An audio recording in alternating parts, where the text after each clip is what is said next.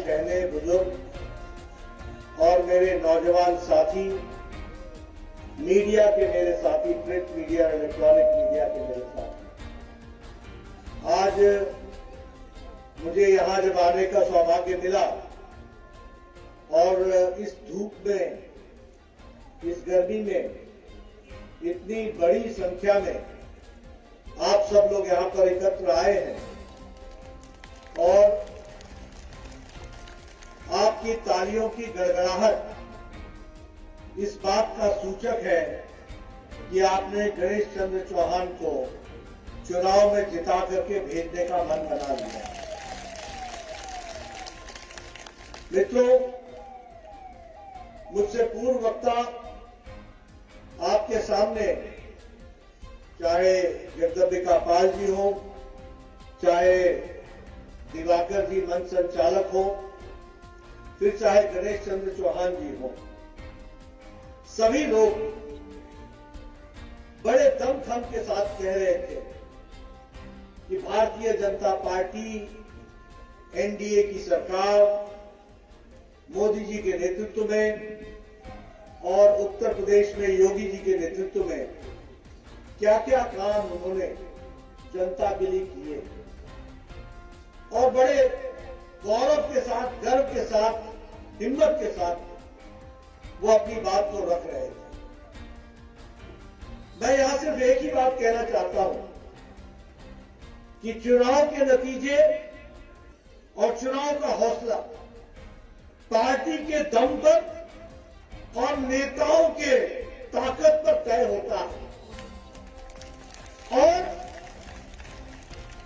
जिस दम के साथ हमारे नेता छाती ठोक के बता रहे थे कि हमने ये किया, हमने ये किया, हमने ये किया, हमारी पार्टी ने ये किया, ये ताकत किसी और पार्टी का नेता नहीं कर सकता है। कर सकता है तो भारतीय जनता पार्टी का नेता।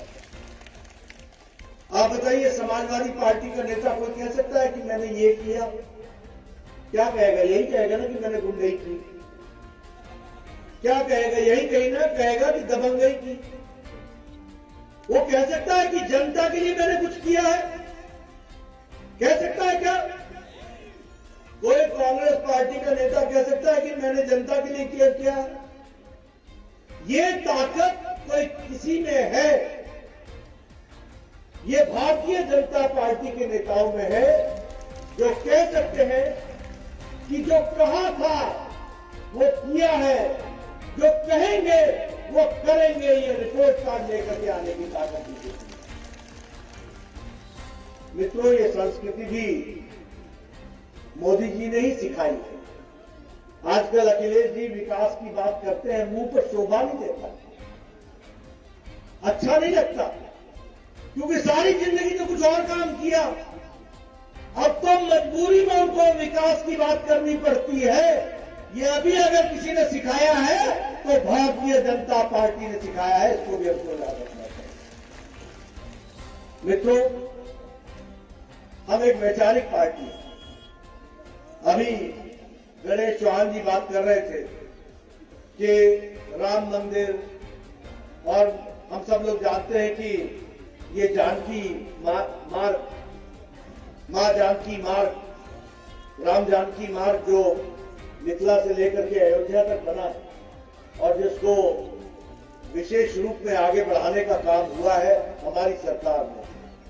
ये अयोध्या हम सदियों से कह रहे थे, राम लला हम आएंगे और मंदिर वहीं बनाएंगे। वैचारिक पार्टी है, कोई मेल मिलाप नहीं किया था, कोई ये नहीं कहा था कि नहीं हम चाहते हैं लेकिन नहीं कहा था कि हम बनाएंगे और राम मंदिर बनाएंगे और भव्य मंदिर बनाएंगे। लेकिन यहां पर मैं पूछना चाहता हूं, क्योंकि चुनाव में पार्टियों के योगदान और पार्टियों का विरोध, उसको भी हमको ध्यान में रखना चाहिए।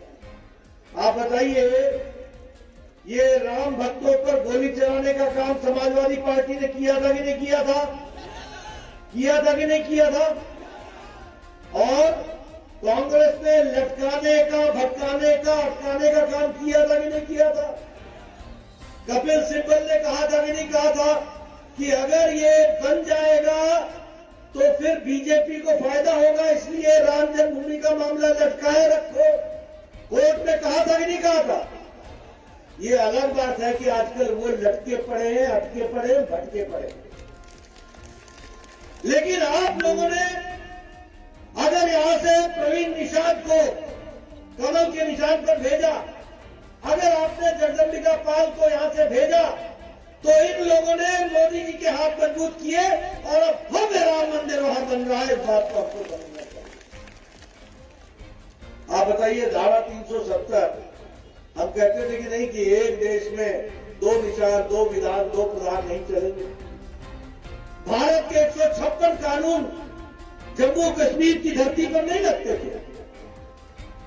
आपने तो 2019 में अपनी उंगली से कमल का बटन दबाकर अगर यहां से प्रवीण निषाद को भेजा, जगदम्बिका पाल जी को भेजा, हरीश द्विवेदी को भेजा, बाकी लोगों को भेजा, तो इन लोगों ने अपनी उंगली से पार्लियामेंट में 6 अगस्त 2019 को बटन दबा करके 2 महीने में धारा 370 को धाराशाही कर दिया। ये भी आपको याद रखना चाहिए। ये है आपकी ताकत। इसलिए गणेश चौहान को इसलिए मत भेजना कि इसको विधायक बनाना है। गणेश चौहान को इसलिए भेजना कि इस इलाके को मुख्य धारा में शामिल करना है और उत्तर प्रदेश में योगी जी के हाथ मजबूत करने, इसलिए भेजना है।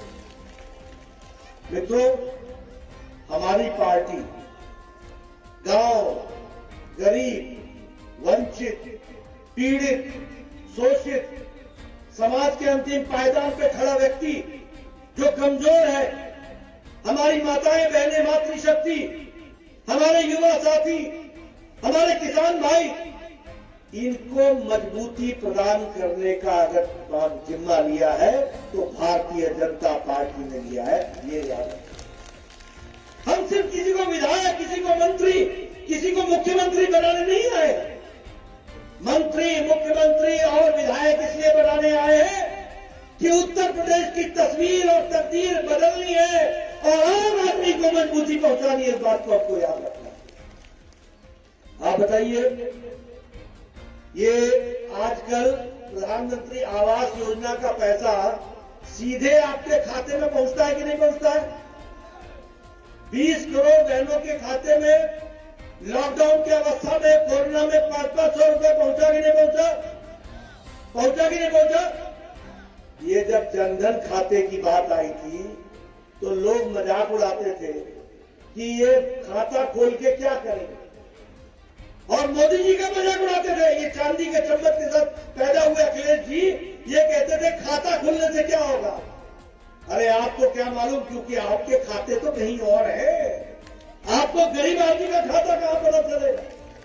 आपके खाते तो कहीं और है और कहीं और इंटरनेशनल बैंकों में होते हैं। उनका देश से लेना देना क्या?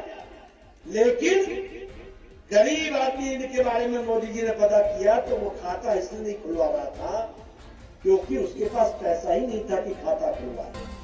दूसरा, उसको गारंटर नहीं मिलता था।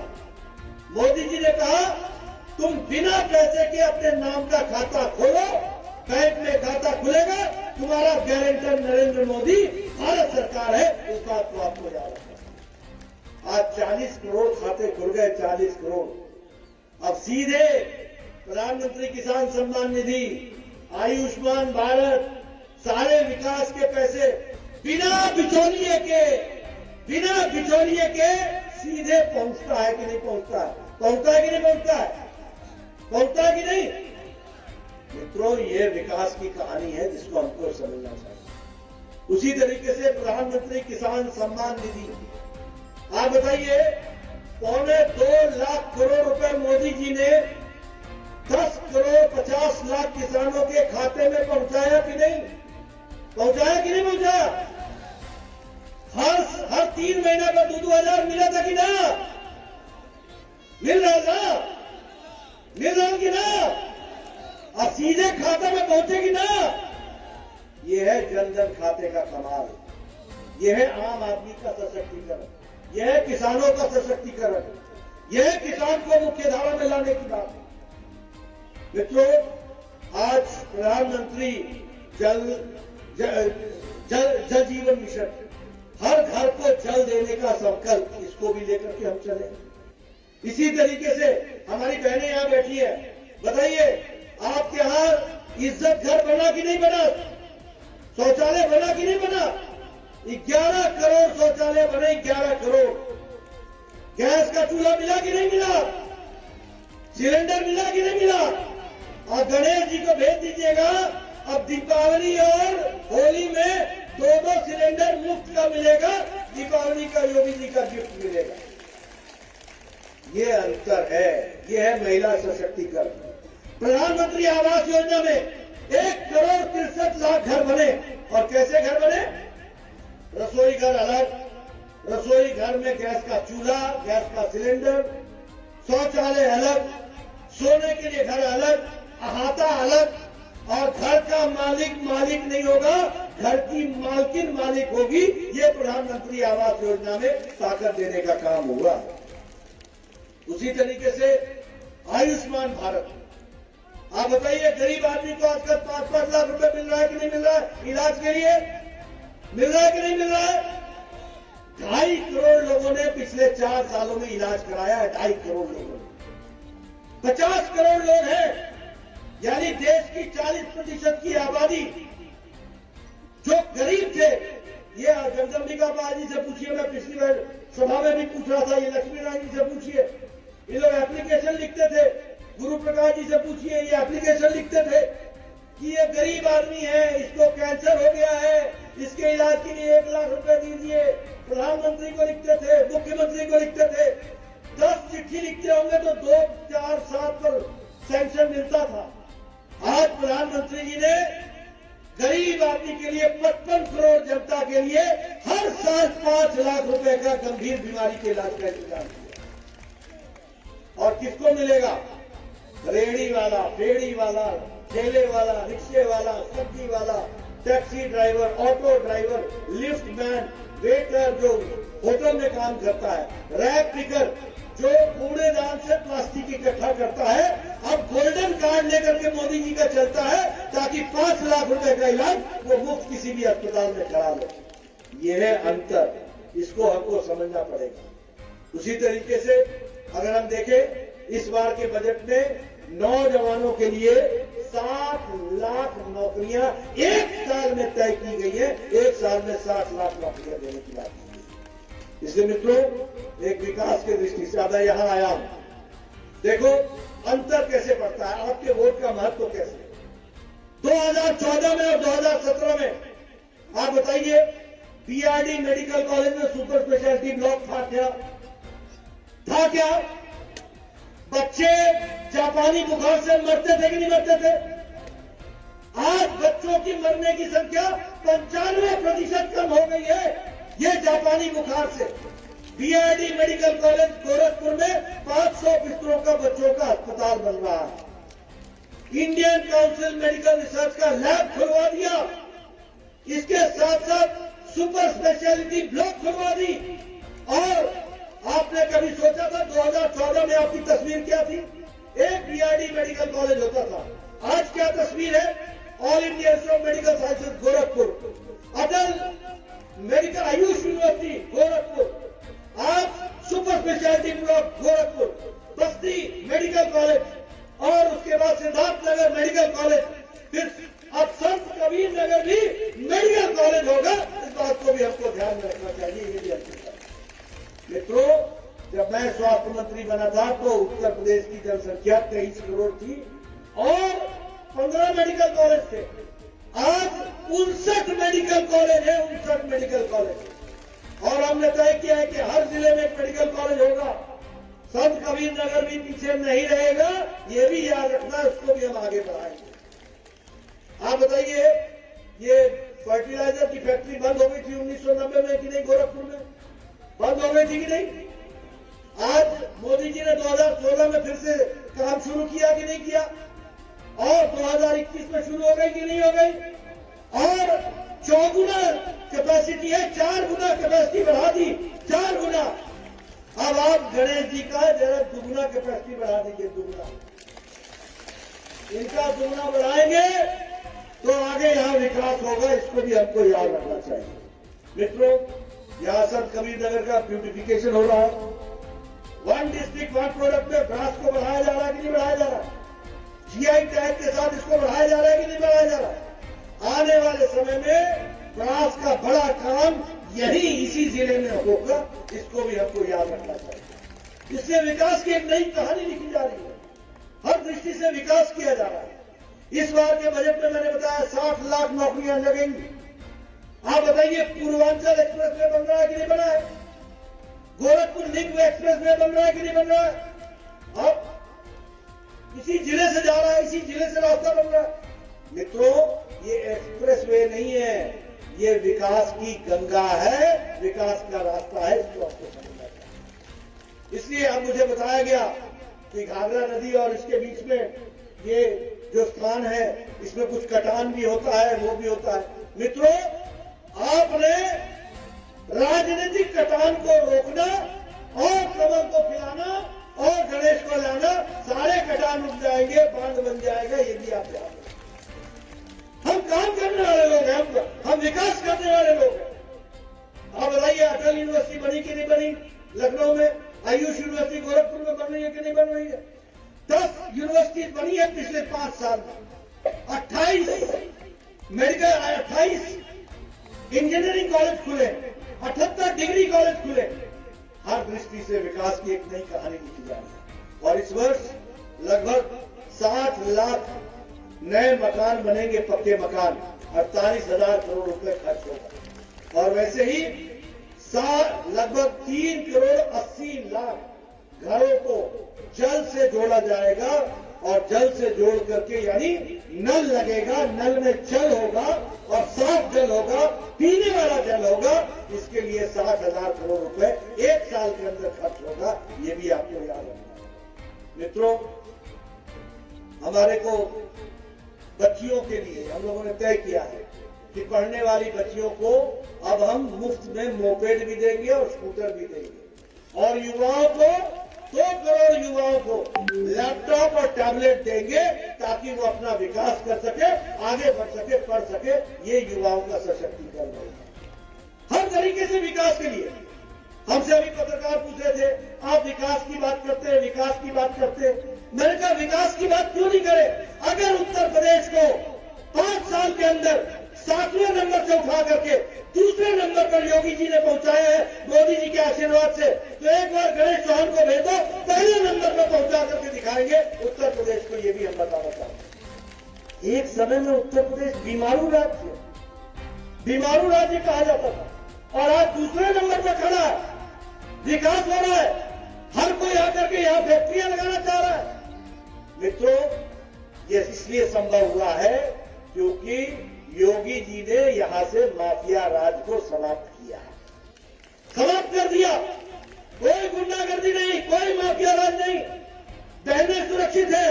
आप बताइए, माताएं बहनें सुरक्षित है कि नहीं है? अब गुंडा राज समाप्त हुआ कि नहीं हुआ? मित्रों, अब हम लोग एंटी टेररिस्ट कमांडो स्क्वाड, इसका एक ट्रेनिंग सेंटर खोलेंगे। कहां? एक देवबंद में खोलेंगे, एक बहराइच में खोलेंगे, एक आजमगढ़ में खोलेंगे, एक कानपुर में खोलेंगे, एक मेरठ में खोलेंगे। और ये जो गुंडे हैं ना, ये तो या तो उत्तर प्रदेश छोड़ के जाएंगे या यहां पर रहेंगे तो ढंग से रहेंगे। ये बात हमको समझनी चाहिए। आप बताइए, ये आजम खान बदमाशी करता था कि नहीं? दंदनाता था कि नहीं दंदनाता? बताइए, मंत्री होकर के दंदनाता था कि नहीं? गड़बड़ी करता था कि नहीं करता था? ये मुख्तार अंसारी ये दंदनाता था कि नहीं दंदनाता था? गुंडागर्दी करते थे कि नहीं करते थे? और ये अतीक अहमद ये भी गुंडागर्दी करता था कि नहीं करता था? जमीन माफिया था कि नहीं था? बताइए, 831 करोड़ की प्रॉपर्टी जब्त हुई कि नहीं हुई? आप बताइए, 700 करोड़ की मुख्तार अंसारी की प्रॉपर्टी जब्त हुई कि नहीं हुई?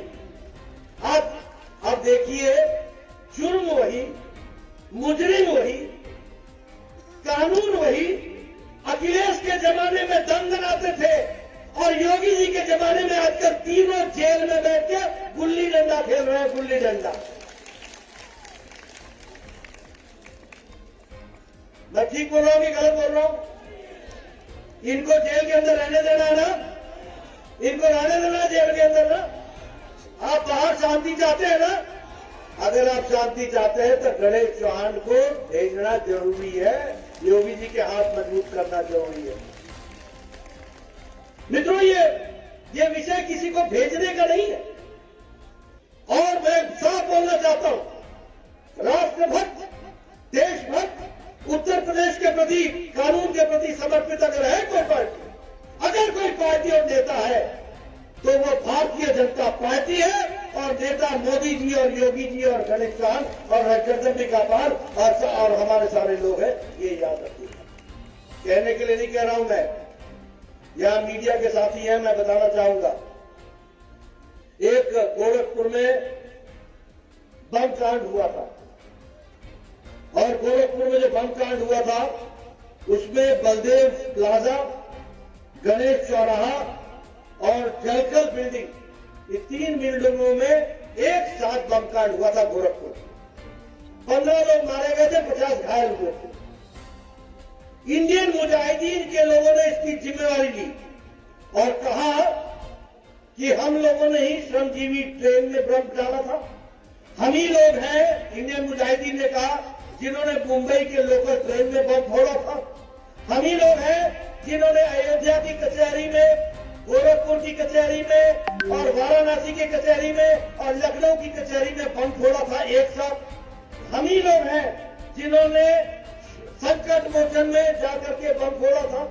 हम ही लोग हैं जिन्होंने मुंबई के लोकल ट्रेन में बम ब्लास्ट किया था और उसमें 2 लोग पकड़ाए थे। एक का नाम था हाकिम कासिम और दूसरे का नाम था खालिद मुजाहिद।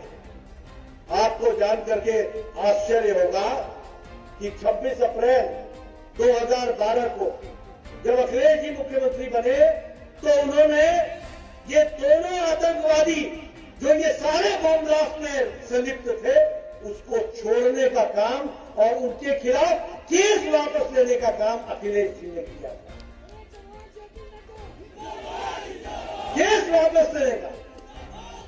और सुनिए, इलाहाबाद हाईकोर्ट ने कहा, अखिलेश बतौर मुख्यमंत्री तुम केस वापस नहीं ले सकते हो, ये भारत के कानून के तहत हुआ है, आतंकवादी है ये, इनके केस वापस नहीं होंगे। केस चला और गोरखपुर के स्पेशल कोर्ट ने 4 जिंदगियों तक आजीवन कारावास की सजा सुनाई, आजीवन कारावास की। अब आप बताइए, एक मुख्यमंत्री ऐसे आतंकवादी को छोड़े, ऐसे नेता को आपने छोड़ना है क्या? ऐसे लोगों को आप जिम्मा दोगे मुख्यमंत्री का? ऐसे लोग संभालेंगे उत्तर प्रदेश को? अब दूसरी घटना सुनाना चाहता हूं और मैं मीडिया वालों को चाहूंगा डेट वाइज नोट कर लो। मीडिया वाले कहां बैठे हैं ना, मेरी बात को नोट कर लीजिएगा। 31 दिसंबर 2007 और 1 जनवरी 2008 की सुबह रामपुर में सीआरपीएफ के कैंप पर AK-56 से हमला हुआ आतंकवादियों द्वारा। 7 सीआरपीएफ के जवान मारे गए। सीआरपीएफ के 7 माताएं की गोद सूनी हुई, 7 बहनें विधवा हुई, 7 परिवार के बच्चे अनाथ हुए। यही UP police, STF, special task force और एनआईए ने मिलकर नेपाल और भारत के बॉर्डर से एक व्यक्ति को पकड़ा जिसका नाम था शहाबुद्दीन। ये शहाबुद्दीन बिहार का रहने वाला था। जब इससे पूछताछ हुई तो 7 लोग पकड़े गए जिन्होंने रामपुर पर अटैक किया था। और 26 अप्रैल 2012 को अखिलेश ने उनके खिलाफ मुकदमा, शहाबुद्दीन और 7 लोगों के खिलाफ मुकदमा वापस ले लिया। फिर इलाहाबाद हाईकोर्ट आई और इलाहाबाद हाईकोर्ट ने कहा, अखिलेश जी आप केस वापस नहीं ले सकते हैं, भारत के तहत आतंकवादियों के खिलाफ मुकदमा चलेगा। मुकदमा चला और 4 लोगों को सजाए मौत हुई और 3 को आजीवन कारावास हुआ। ये मैं पूछना चाहता हूं पत्रकार मित्रों कि आप अखिलेश जी से पूछना कि आपका इन आतंकवादियों से ऐसा गहरा रिश्ता कैसे है, क्यों है, क्या लगते हैं आपके, आप आतंकवादियों को बचाते हो। मित्रों, अगर आप किसान हैं और चावल के एक दाने से किसान चावल की किस्म पता कर लाते हैं तो हम लोग भी राजनीति करते हैं। राजनेता की एक हरकत से राजनेता की नीयत को पहचान लेते हैं कि उसकी नीयत कैसी है।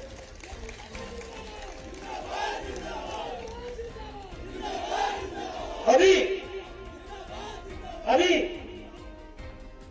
अहमदाबाद का फैसला आया 3 दिन पहले, 70 मिनट तक बम ब्लास्ट होता रहा अहमदाबाद में 7 जगहों पर।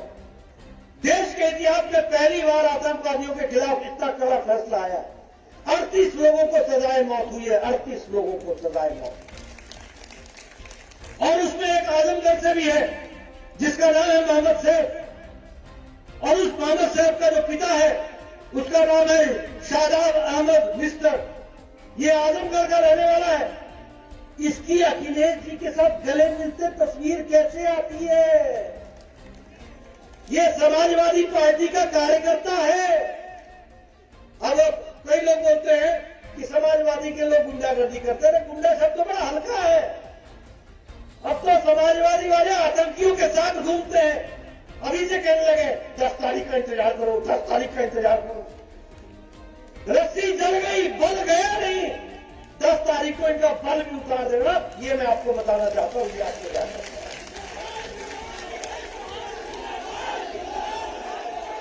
मित्रों, मैं आंकड़ों के साथ आपको बता रहा हूं, मैं तथ्यों के साथ बता रहा हूं। मैं गप मारने नहीं आया हूं। मेरी बात अगर गलत है तो मुकदमा चलाओ मेरे खिलाफ, लेकिन मेरी बात अगर सच है तो फिर एक भी वोट समाजवादी पार्टी को नहीं जाना चाहिए, एक भी वोट अखिलेश को नहीं जाना चाहिए। ये ध्यान रखना। ये उत्तर प्रदेश के सुरक्षा का सवाल है। ये उत्तर प्रदेश के शांति बनाए रखने का सवाल है। ये क्या कारण है कि 2007 में बम फूटते रहते। और ये क्या कारण है कि 2014 के बाद या तो ये जेल पर होते हैं या ये उत्तर प्रदेश छोड़ के भागते हैं। और ये क्या कारण है कि इनके चुनाव लड़ने वाले लोग आधे जेल से लड़ते हैं, आधे बेल पर लड़ते हैं।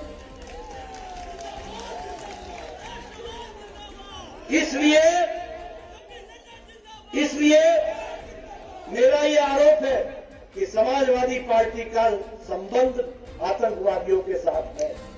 मेरा ये आरोप है कि समाजवादी पार्टी के नेता गुंडों को परसवे देते हैं। मेरा ये आरोप है कि जो लोग बहु बेटियों को तंग करते, आप बताइए मुजफ्फरनगर का दंगा हुआ कि नहीं हुआ? अखिलेश जी के जमाने में 200 दंगे हुए कि नहीं हुए? और योगी जी के टाइम पर एक भी दंगा नहीं हुआ, एक भी दंगा नहीं हुआ। इसलिए मित्रों, मेरे से एक पत्रकार ने पूछा, आजकल आप आतंकवाद पर बोल रहे हैं, ये आतंकवाद कहां से आ गया? मैंने कहा जैसे अखिलेश आए वैसे आतंकवाद आ गया। ये दोनों साथ ही चलते हैं। जैसे अखिलेश आए वैसे ही वो आजम खान को साहब बोल करके संबोधन करते हैं। जो जेल में है पता नहीं रिश्ता क्या है, कितना गहरा रिश्ता है। आदमी मुजरिम हो गया, जेल में पड़ा है। मेरे से एक पत्रकार ने पूछा, ये जेल में है, ये आपकी सरकार है? मैंने कहा हमारी सरकार है, कानून हमारा तो नहीं है, निकलवा लो। निकलते क्यों नहीं है? न्यायालय है, जाओगे कैसे? अरे कानून का राज चल रहा है, कानून का राज चल रहा है। जो कानून हाथ में लेगा अंदर जाएगा, ये याद रखना चाहिए, आपको समझना चाहिए। इसलिए मित्रों, इस इलाके के विकास के लिए आप बताइए, ये गणेश बाबू साधारण परिवार से आते हैं कि नहीं आते हैं?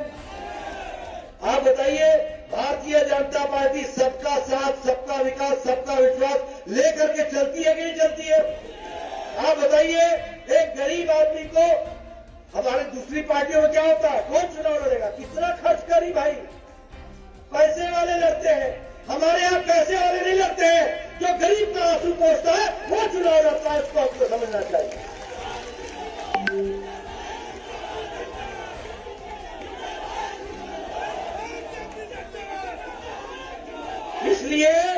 इसलिए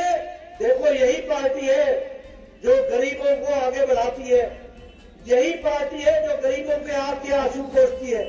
यही पार्टी है जहां पैसे वालों को नहीं लड़ाया जाता है, जहां कार्यकर्ता को लड़ाया जाता है, जहां जमीन से लगे हुए लोगों को लड़ाया जाता है। अब बताओ, ऐसे लोगों को आशीर्वाद दोगे कि नहीं दोगे?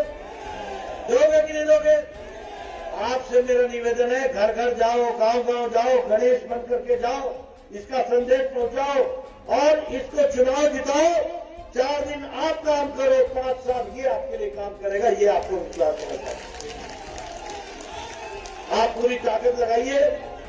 मैंने आपके सामने जो चुनाव के मुद्दे थे वो रखने का प्रयास किया है। मोदी जी के नेतृत्व में देश आगे बढ़ रहा है। अब आप ही बताइए, ये कोरोना का ओमिक्रॉन अभी गया कि नहीं गया?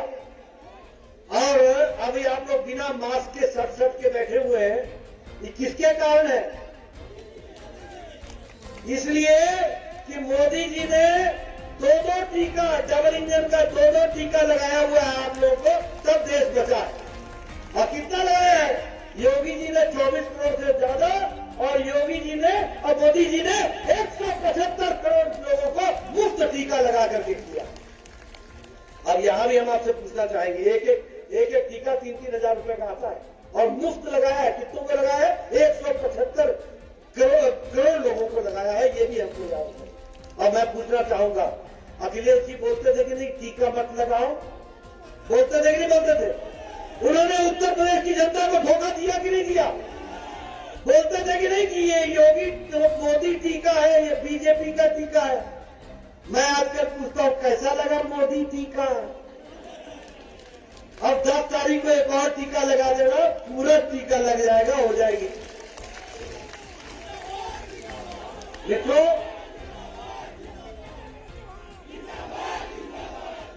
बतौर स्वास्थ्य मंत्री बता रहा हूं आपको, ये जापानी बुखार का इंजेक्शन 1906 में जापान में आया और भारत में 2006 में पहुंचा है, 100 साल बाद, वो भी जब योगी जी सांसद बने तब। यह है इतिहास। टेटनस का इंजेक्शन यहां 20 साल बाद आया, पोलियो का इंजेक्शन यहां 30 साल बाद आया, लेकिन कोरोना 2020 में आया और 2021 में 1 साल में 9 महीने के अंदर मोदी जी ने 1 नहीं 2 टीके भारत को दिए और देश को बचाने का काम किया।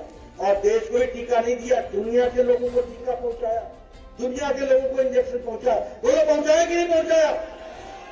और यहां पर नेता लोग बोलते थे, हम खरीदेंगे, हम खरीदेंगे, हम खरीदेंगे, हमको सीधा संबंध जोड़ने दो, हम भारत का टीका नहीं लेंगे, हम विदेशी टीका लेंगे।